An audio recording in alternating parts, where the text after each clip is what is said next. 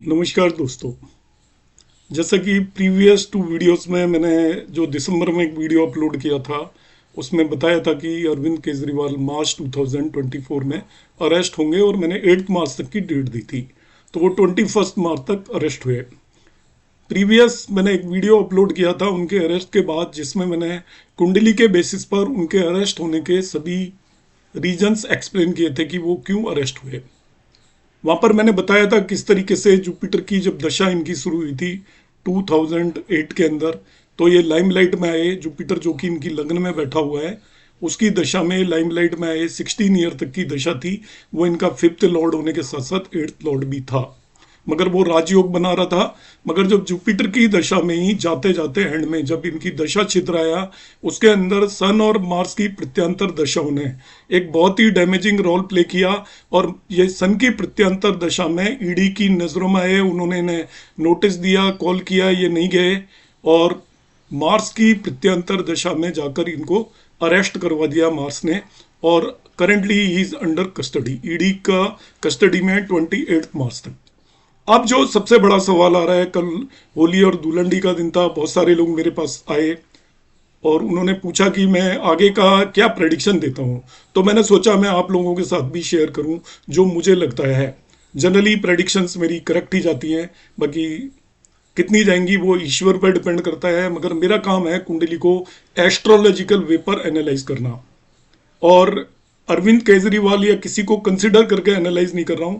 मैं एनालिसिस देने वाला हूं आज इनके आगे क्या होने वाला है उसके बारे में, ओनली बेसिस ऑफ दिस कुंडली। तो यहां पर देखते हैं, अब इनकी जो दशा शुरू होने वाली है 29 मार्च। एक चीज और मैं डिस्क्लोज कर देता हूं, मेरे बहुत सारे फ्रेंड डिस्कस कर रहे थे इनका टाइम ऑफ बर्थ। तो मुझे मालूम है इनका टाइम ऑफ बर्थ बहुत एक्यूरेट है और इनके मुंह से ही मुझे मालूम चला है। तो मैं बैकग्राउंड नहीं बताऊंगा इनके मुंह से कैसे मालूम चला है। इनकी कुंडली मेरे पास बहुत समय से है और फेस टू फेस मुझे इनका डेट ऑफ बर्थ और टाइम ऑफ बर्थ मालूम है, मैंने और कहीं से नहीं लिया है। अरविंद केजरीवाल ने खुद ने मुझे बताया है, वो कब बताया था वो एक अलग चीज़ है। तो ये बिल्कुल एक्यूरेट है। आपके पास जो भी कुंडली है उन्हें आप चेंज कर लें, मैं जो बता रहा हूँ वही करेक्ट है आपका। तो यहां पर आप देखेंगे कि इनका जो टाइम ऑफ बर्थ है 7:30 है AM, और 16 अगस्त 1968 का इनका बर्थ है, सिवानी हरियाणा का। मगर मैंने कुंडली हिसार हरियाणा की बनाई है क्योंकि उसमें बहुत फर्क नहीं पड़ रहा है। और मैं इनका कोई भी डिविजनल चार्ट एनालाइज नहीं कर रहा हूँ, मैं केवल बर्थ चार्ट के बेस पे सारी चीजें बताऊंगा। तो अब इनकी जो दशा शुरू होने वाली है वो शनि की दशा है। मैं पारस्परिक रूल लगाने की यहाँ पे कोशिश करूंगा। इनकी शनि के बारे में दो बातें मैं बता देता हूँ। सबसे पहली, जिसे देखकर ज्यादातर लोग एकदम से वो एक तरह अलग तरीके का वो कंसेप्शन बना लेते हैं माइंड के अंदर, एक कंसेप्ट बना के चलते हैं कि इनका शनि नीच का है। पहली बात तो ये ध्यान रखना है। दूसरी बात, वो रेट्रोग्रेड भी है, वक्री भी है। तो नीच का और वक्री है जैसे ही हम बोलेंगे तो बहुत सारे लोग उसे उच्च की तरह मानकर चलने लग जाते हैं, मगर मैं ऐसा कुछ भी मानकर नहीं चलूंगा क्योंकि इसके बारे में अलग अलग पॉइंट ऑफ व्यू है।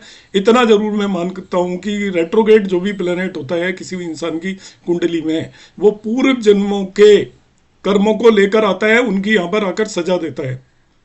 रेट्रोग्रेड प्लैनेट आपके पेन को बढ़ाता है, वो कम नहीं करता, आपकी हैप्पीनेस को भी इंक्रीज करता है। यदि वो पेनफुल प्लैनेट है तो पेन को बढ़ाएगा, यदि वो आपके लिए अच्छा प्लैनेट है तो वो उस चीज को बढ़ाएगा। ये सिंपल सा कंसेप्ट मैं यहाँ पर अप्लाई करूंगा, क्योंकि रेट्रोग्रेड और डेबिलिटेड प्लैनेट के बारे में अलग अलग लोगों का अलग अलग पॉइंट ऑफ व्यू है। इसलिए मैं यहाँ पर जो पॉइंट ऑफ व्यू मानकर चल रहा हूँ वो ये मान के चल रहा हूँ, फिर रिपीट कर रहा हूँ कि रेट्रोग्रेड प्लेनेट जो भी रेट्रोग्रेड होता है, रेट्रोगेशन का मतलब है वो उसी राशि में आगे पीछे घूमता रहेगा, ज़्यादा टाइम पास करेगा एक जगह पर। जैसे एक गेस्ट आपके घर आया, जाकर वो फिर वापस आ गया तो वो ज़्यादा दिन रुकेगा, तो वो आपको हैप्पीनेस दे रहा है तो लंबी देगा, और आपको यदि ट्रबल दे रहा है तो भी लंबी देगा, या बीमार कर रहा है तो वो लौट फिर के आपको बार बार बीमार करता रहेगा। इस तरीके का कंसिडरेशन करके चलना है। और वो डेबिलिटेटेड है तो वो नीच का बिहेव करेगा ही करेगा जब तक कि उसका नीच भंग ना हो या कोई आपके राजयोग बनाने में वो हेल्प कर रहा हो। यहाँ पर इनका जो 9th लॉर्ड है वो भी डेबिलिटेटेड है, ध्यान रखना है। और 12वें भाव में तो बहुत सारे लोगों ने मेरे पास कमेंट भेजे कि 6, 8, 12 में यदि नीच का प्लेनेट हो जाता है तो वो भी अच्छे उच्च के जैसे फल देता है। ये बिल्कुल गलत कंसेप्ट है। पाराशरी के अंदर श्लोक नंबर 19 है, राजयोग अध्याय के अंदर श्लोक नंबर 19 कहता है यदि तीसरे, छठे और आठवें भाव का स्वामी, 12वां भाव तो आता ही नहीं है उसमें, इन तीनों में डेबिलिटेड प्लेनेट बैठा हो, लग्न और लग्न लॉर्ड स्ट्रांग हो, दूसरी कंडीशन, और लग्न लॉर्ड लग्न को देख रहा हो, तभी वो उच्च की तरह बिहेव करेगा, राजयोग कारक होगा। इस कुंडली में नहीं तो लग्न लॉर्ड लग्न में बैठा हुआ है, वो बुरी स्थिति में बैठा हुआ है, ना ही लग्न लॉर्ड उसे एस्पेक्ट कर रहा है लग्न को, 12वें भाव में लग्न लॉर्ड है, तो यहां पर उच्च की तरह बिहेव नहीं करेगा। मार्स भी नीच का ही है इस कुंडली के अंदर, और सैटर्न का भी कोई नीच भंग होता हुआ नजर नहीं आ रहा है, तो ये भी नीच का ही है।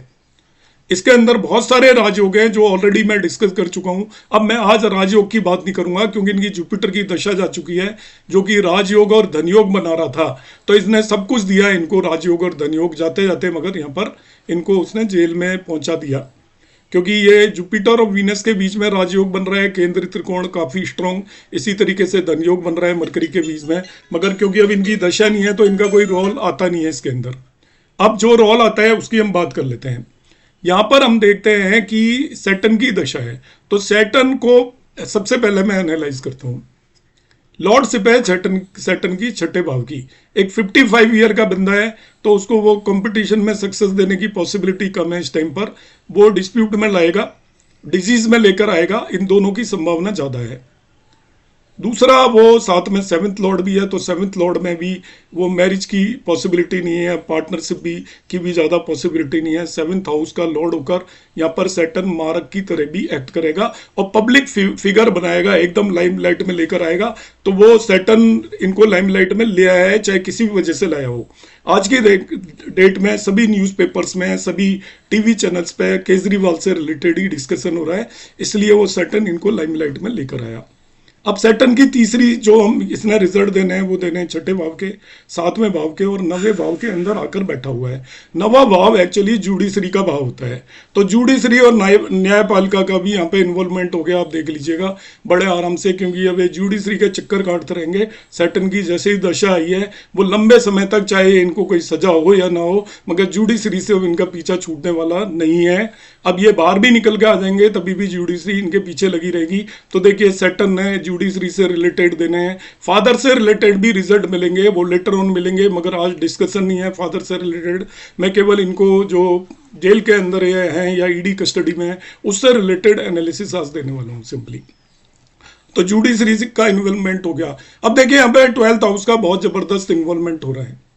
12th हाउस को कैसे इन्वॉल्वमेंट हो रहा है बता देता हूँ। फर्स्टली जो सैटर्न का डिस्पोजिटर है मार्स, वो 12वें भाव के अंदर जाकर बैठ गया है, तो कोई भी प्लेनेट कैसा होगा, वो कैसे रिजल्ट देगा, उसके डिस्पोजिटर पर भी डिपेंड करता है। सैटर्न का डिस्पोजिटर 1 साइन में है, उसका लॉर्ड 12वें भाव के अंदर जाकर बैठ गया है और लग्न लॉर्ड के साथ जाकर बैठ गया है, तो इन दैट वे सैटर्न का लग्न लॉर्ड से भी लिंक हो गया, 12वें भाव से भी लिंक हो गया शनि का इनडायरेक्टली। तो 12वां भाव यहां पर आ गया, जुडिशरी यहां पर आ गई, छठा भाव आ गया, 7वां भाव आ गया, साथ साथ 12th लॉर्ड जो है आइसोलेशन का, जेल का, पनिशमेंट का, डिफेमेशन का, वो 12th लॉर्ड भी उठ के इनके साथ में सैटर्न के साथ आकर बैठ गया है। तो शनि जो यहाँ पर इनकी कुंडली के अंदर जो खेल खेल रहा है, उसके अंदर छठा भाव, उसके अंदर 7वां भाव, उसके अंदर 12वां भाव प्री डोमिनेंट है और छठा, 7वां और 12वां भाव प्री डोमिनेंट है। तो छठा भाव आपका डिस्प्यूट का है, प्योरली डिजीज का है, 12वां भाव आपका आइसोलेशन और जेल का है, और 9वें भाव के अंदर शनि बैठा हुआ है, तो वो जुडिशरी का कारक है। तो इनका डिस्प्यूट, जेल और जुडिशरी सैटर्न की दशा के अंदर चलने वाली है। 19 साल की दशा है, ये डेबिलिटेटेड है, मगर ये आपके बाकी सभी वर्गों के अंदर सैटर्न वर्गोत्तम है, तो वर्गोत्तम प्लेनेट आपको उतनी परेशानियां नहीं देगा, मगर इसका इनिशियल सैटर्न की जो भी दशा है इनके लिए बहुत ही टफ जाने वाली है। और मैं इनको जो प्रेडिक्स दे रहा हूं, इनको जुडिशरी से कोई भी रिलीफ नहीं मिलने वाला है। ये लॉन्ग टर्म तक इनको अंदर बाहर रहना पड़ेगा और इनकी बेल मिलने की बहुत ही कम पॉसिबिलिटी है ड्यू टू सैटर्न दशा, ये मैं बता रहा हूं। दूसरी चीज मैं यहाँ पर एडिशनली और एक चीज बता रहा हूं यहाँ पर कि इनको केवल बेल ही नहीं बल्कि इनकी गवर्नमेंट भी जाने के बहुत ज्यादा चांसेस हैं। यहाँ पर गवर्नमेंट जाने के चांसेस इसलिए हैं कि यहाँ पर देखिए जो इनका 7th लॉर्ड है वो नीच का हो गया और उसकी दशा आ रही है। 7th लॉर्ड होती है पद प्राप्ति की, तो पद प्राप्ति इनको फिर से होने वाली नहीं है। अभी 10th हाउस भी प्रोफेशन का हाउस होता है और 7th house alternate higher profession का हाउस 7th हाउस होता है, आपको बहुत ज़्यादा प्रोग्रेस मिलती है। इसी तरीके से 4th हाउस सिंहासन का होता है। इनका जो 4th लॉर्ड है वो भी 12वें भाव के अंदर बैठा हुआ है, हालांकि इनको सिंहासन तो मिला है, जुपिटर की दशा में मिला है, मगर वो जुपिटर क्योंकि योग कारक होकर बैठा था, अब यहाँ पर ये सन और मार्स 12वें भाव के अंदर जाकर बैठे हैं, तो वो 12वें भाव के प्योरली रिजल्ट दे रहे हैं। एट प्रेजेंट उन्होंने 12वें भाव के रिजल्ट दिए हैं। मार्स की प्रत्यंतर दशा में ये अंदर गए हैं।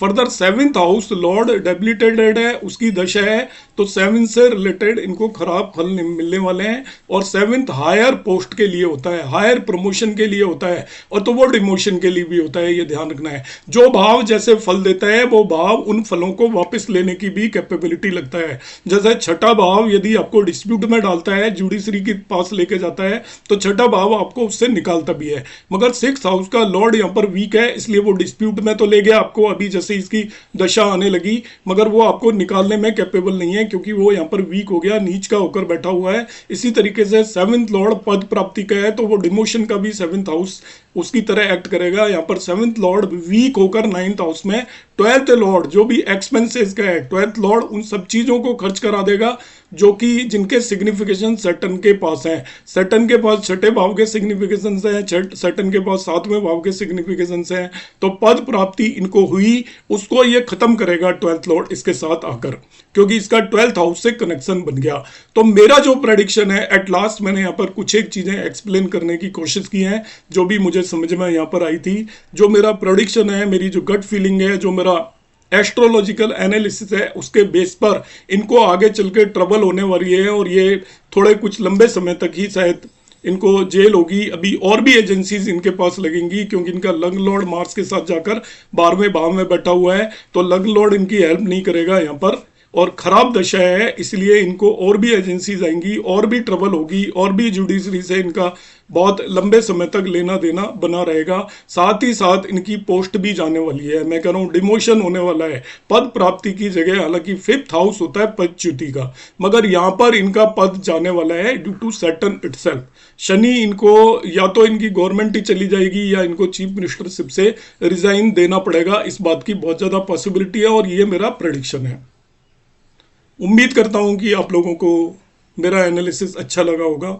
अब जैसा भी लगा हो, जैसा आप मेरा हमेशा प्यार देते हैं और कमेंट करते हैं, और मेरा ये बिल्कुल मैंने कोई एक पर्टिकुलर डायरेक्शन लेकर इसको एक्सप्लेन करने की कोशिश नहीं की है। मुझे जो लगता है, जिस बेसिस पे मैं एनालाइज करता हूँ, मेरे अपने तरीके अलग हैं, बहुत लोग उनसे एग्री नहीं करते, क्योंकि मैं रेट्रोग्रेड प्लैनेट को मैं और लोगों की तरह नहीं कंसीडर करता, डेबिलिटेड प्लैनेट को भी मैं और लोगों की तरह कंसीडर नहीं करता। यहाँ पर मैंने इसको लेकर चला हूँ, मगर मैं मल्टीपल कॉम्बिनेशंस यहाँ पे शनि को इस कुंडली के लिए बहुत ही खराब बना रहे हैं इनके लिए, और सैटर्न का पूरा पीरियड इनका ट्रबल का रहने वाला है 19 ईयर का, एटलीस्ट फर्स्ट 10 ईयर बहुत खराब जाने वाले हैं। रेट्रोग्रेड प्लैनेट की जो दशाएं होती हैं, यदि वो अच्छी स्थिति में होता है तो शुरू का पीरियड अच्छा जाता है, बाद में खराब जाता है, मगर वो खराब स्थिति में है तो शुरू का पीरियड खराब जाता है, बाद का पीरियड अच्छा जाता है। और साथ ही साथ आप ध्यान रखिएगा, इनकी 2025 में आप देखेंगे इनकी 7.5 आने वाली है, और 7.5 लियो लगने की कुंडली के लिए अच्छी नहीं होती। और दूसरी बात यह है कमाल की, इस कुंडली के अंदर मून और सन सैटर्न दोनों एक साथ कंजक्ट होकर बैठे हैं, वो विषयोग बना रहे हैं। और लियो लगने की कुंडली के लिए सैटर्न और मून दोनों ही मेलिफिक हैं इस कुंडली के लिए, तो दोनों मेलिफिक हो गए, दोनों तो 7.5 पीरियड खराब जाएगा। तो मार्च 2025 के बाद इनको और भी ज्यादा ट्रबल होना शुरू हो जाएंगी। और 7.5 पीरियड जो मैं जिस तरीके से देखता हूँ, उस तरीके से इनका 7.5 पीरियड और भी ज़्यादा जल्दी शुरू हो जाएगा, क्योंकि मैं 45 डिग्री के कंसेप्ट से देखता हूँ, वो खैर मैं यहाँ पर एक्सप्लेन करने वाला नहीं हूँ। तो 7.5 पीरियड का भी यहाँ पर रोल होने वाला है। तब इनको 2025 में इनकी ट्रबल्स और मल्टीफोल्ड बढ़ने वाली हैं, क्योंकि बहुत ज़्यादा चांसेस हैं जैसे ही गवर्नमेंट जून के बाद बढ़ेगी, इनको और ट्रबल्स आने वाली है। जून तक इनको कोई बहुत ज़्यादा ट्रबल और नहीं रहेगी, अंदर ये रहेंगे, ऐसी मैं आज प्रेडिक्शन दे रहा हूँ। नमस्कार, धन्यवाद, जय श्री राम।